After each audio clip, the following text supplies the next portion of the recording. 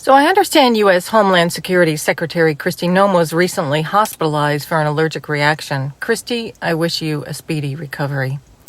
Although we don't have many details, I'm also curious about the health science professionals who treated you and who may have saved your life.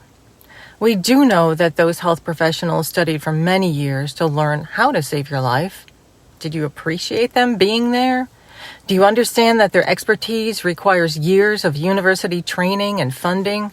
Should the schools that prepared the nurses, respiratory therapists, EMTs, paramedics, and physicians who saved you get no federal funding and be subject to political attacks and control? Should the universities be prevented from accepting the best and the brightest if those candidates don't agree with you politically or come from nations you dislike? Should they be forbidden to pursue scientific truth over the course of decades, but instead be required to conform to whatever baseless conspiracy theories appeal to your supporters this year? How good do you think your care would have been then? I'll tell you, not good. Now that you've survived this health scare, will you go back to living each day with the casual contempt for healthcare and scientific communities that we've seen from your administration so far? Will you continue to be among those who dismiss scientific research and mock those who devote their lives trying to help others? Are any of your colleagues people who would be interested in saving another person's life?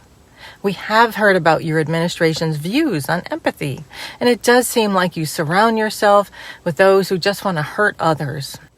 What a sad existence you all live. I know it's unlikely, but if you wanted to show appreciation to those who saved you or at least helped you, I urge you to talk to your boss.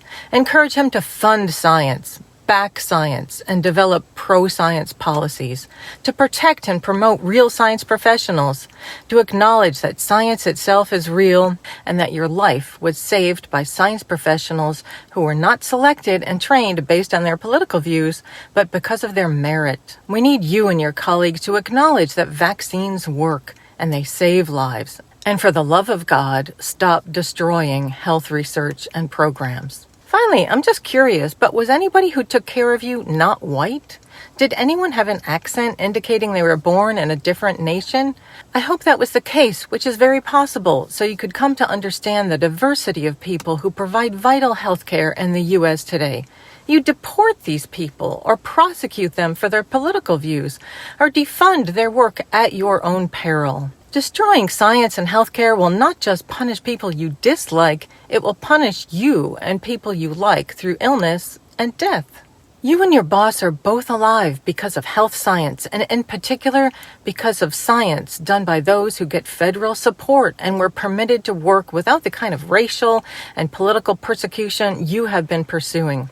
Please rethink if your policies of destruction and hate are good ones and start embracing a life where you support and uplift everyone across the globe. I wish you good health going forward.